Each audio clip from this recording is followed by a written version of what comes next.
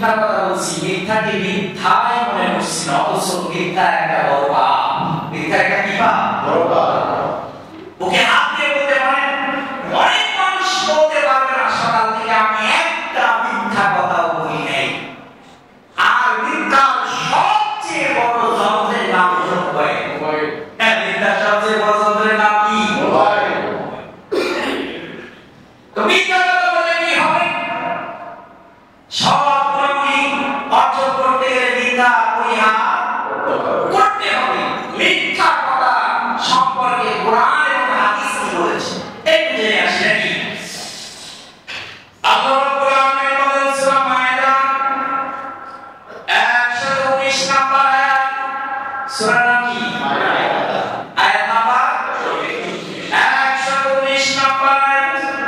হাদা ইয়ানফা'ু الصادقين صدقهم لهم جنات تجري من تحتها الأنهار।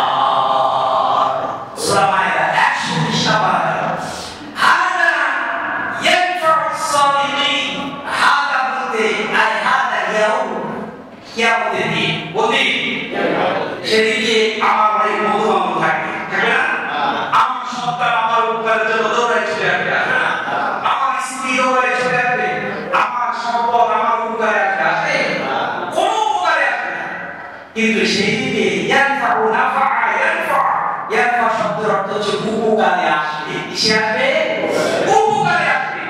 হাদা ইয়ানফা'ু الصادقين صدقهم, সেদিন কিয়ামতের দিন সত্যবাদীদের সত্যবাদীরা বড় উপকারে আসবে। সুবহানাল্লাহ। কি উপকারে আসবে? আল্লাহ রাব্বুল আলামিন ঘোষণা করেন লাকুম জান্নাতুন তাজরি মিন তাহতিহাল আনহার খালিদিনা ফিহা আবাদা। আল্লাহ বলেন সেই সত্যবাদীদের জন্য যার কি উপকার হবে? এক নাম্বার উপকার হলো আল্লাহ রাব্বুল আলামিন তাদের জান্নাত দান করবে। এবার মিথ্যা কথা বলে না? জয় বলেন। তাহলে সত্যবাদীদের জন্য সেদিকে সবচেয়ে বড় উপকার হবে, আল্লাহ বলবেন তো একটা দিয়ে দিলাম জান্নাতে, দিয়ে এমন জান্নাত দিলাম তাজরি মিন তাহতিহাল আনহার, যেই জান্নাতের তলে যেখানে দেখবা নহর প্রবাহমান, ঝর্ণার মতো নহর প্রবাহমান, খালিদিনা ফিহা আবাদা, সেখান থেকে তোমাকে কেউ বের করবে না, স্থায়ীভাবে হয়, স্থায়ীভাবে আবাদা, সর্ব অবস্থায় তুমি সেখানে বাস করো। সুবহানাল্লাহ। কাদের জন্য এটা? কাদের জন্য? সত্যবাদীদের জন্য।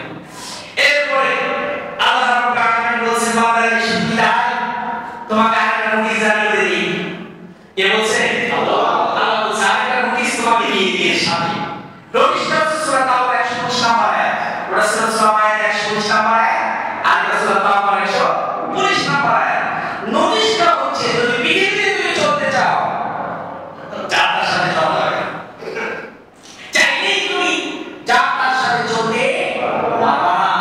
কাদের সাথে চলবা? তোমার মুআমালাত কাদের সাথে হবে, মুআশারাত কাদের সাথে হবে? আমি বলে দেই, শুনে নাও। আল্লাহ বলেন রব্বুল আলামিন বলেন ইয়া আইয়ুহাল্লাযীনা আমানু তাকুল্লাহা ওয়া কুনু মা'আস সাদিকিন। সুবহানাল্লাহ। আল্লাহ বলেন বান্দারে মুমিনদেরকে ডেকে বলছে ইয়া আইয়ুহাল্লাযীনা আমানু তাকুল্লাহ, হে মুমিনরা একমাত্র যদি ভয় করতে হয় ভয় করবা কারে? আল্লাহ। যদি বলেন ভয় করবা কারে? ওয়া কুনু মা'আস সাদিকিন, আর পৃথিবীতে যারা সত্য কথা বলে তাদের দলভুক্ত হয়ে যাও। সুবহানাল্লাহ। মিথ্যাবাদীদের দলভুক্ত হওয়া যাবে না। বলে মিথ্যাবাদী দলভুক্ত হওয়া যাবে না। যদি মিথ্যাবাদী দলভুক্ত হন, কাল কিয়ামতের ময়দানে মিথ্যাবাদীর সাথে কি আপনার হাসর এবং নাসর হবে? সুতরাং আপনার দায়িত্ব দল বাছাই করার দায়িত্ব কার? ইমাম সাহেবের না, মুয়াজ্জিনের না, কার দায়িত্ব? ব্যক্তির দায়িত্ব হচ্ছে দল নির্বাচন করতে হবে। কোন দল? যেই দল সত্য কথা বলে। কি কথা বলে? যারা সকালে উঠে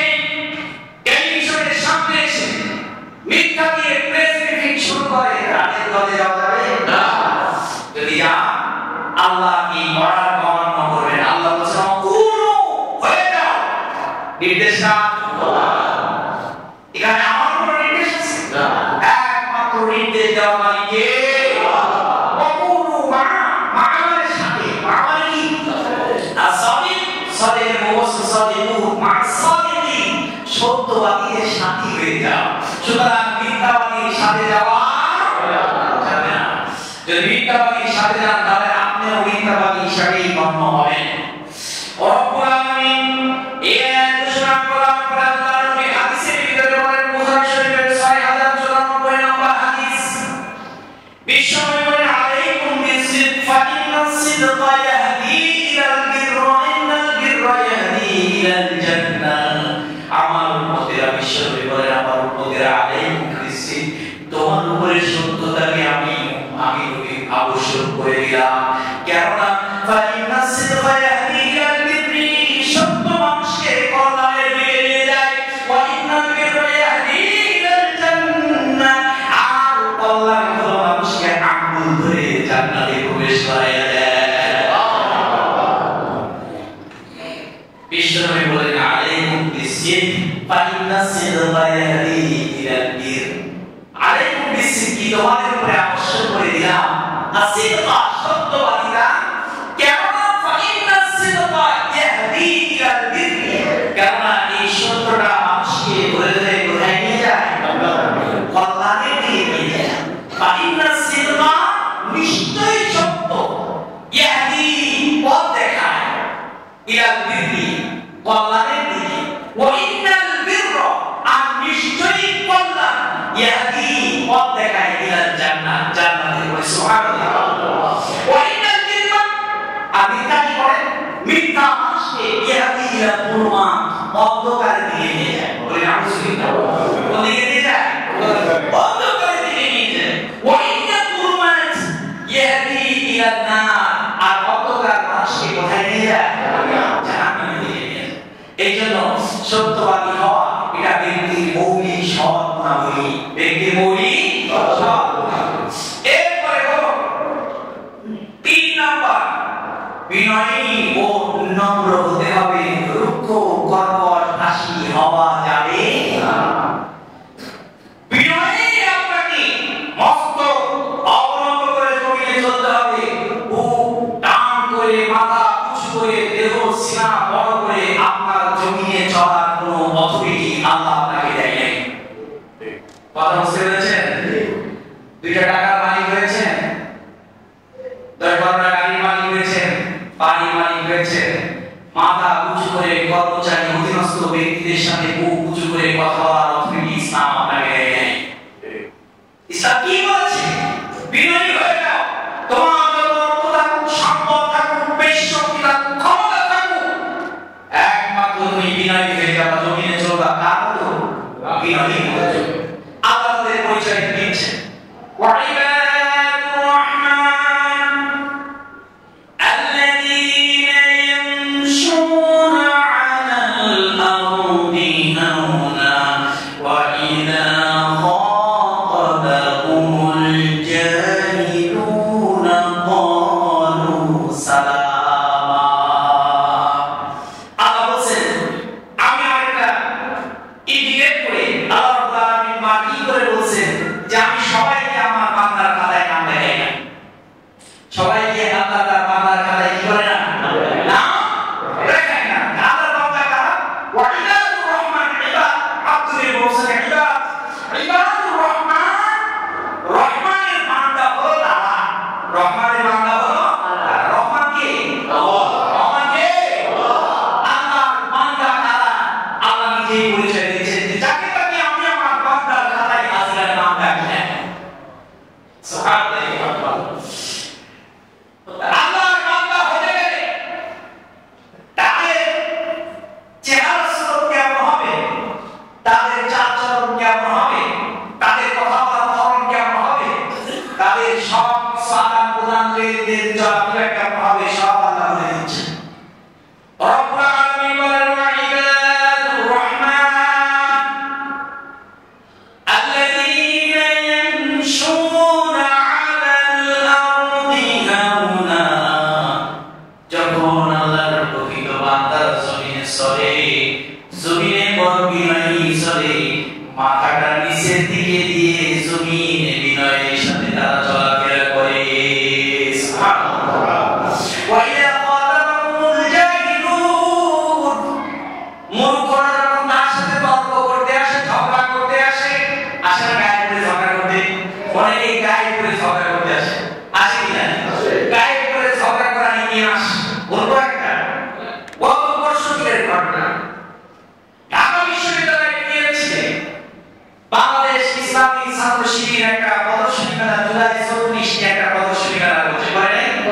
অনেকেই দেখেছে। এই মেলাতে বিগত এই যে আমরা যে গণঅভ্যুত্থানটা হলো, এই গণঅভ্যুত্থানটা কেন হলো বলতে পারবেন?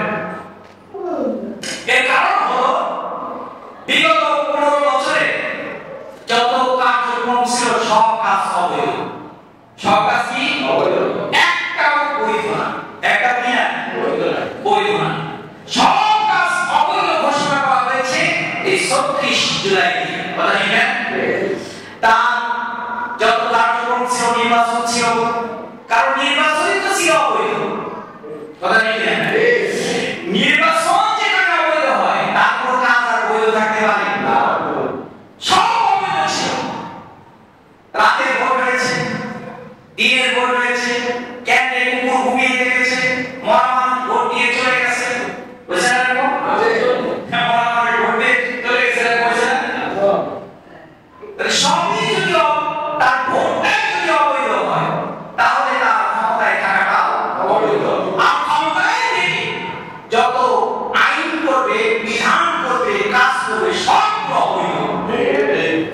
তাহলে তার এই 15 বছরের ইতিহাসে যতগুলো